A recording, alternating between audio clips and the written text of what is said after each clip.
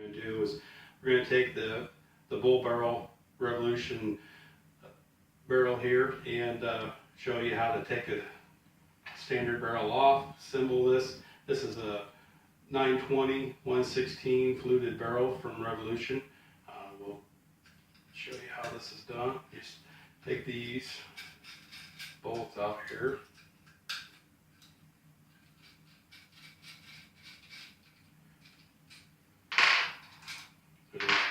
Block here comes off.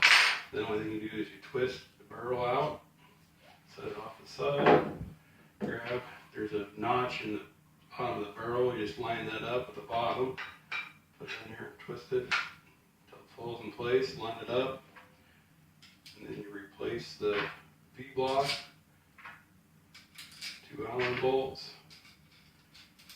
You'll end up getting this fairly snug, just get it snugged up, because what you're going to want to do is twist it, make sure it's lined up, shut the bolt, make sure that the extractor is lined up, and you just snug these up. Doesn't take a whole lot to get it tight, just snug it up, both of them,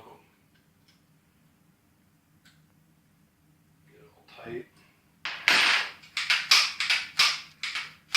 Function, grab the Yukon with the bull contour,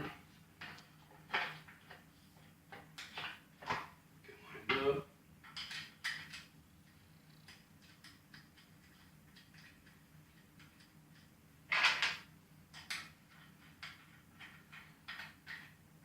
your Allen wrench, get that snug again. Use the torque wrench, 30 pounds.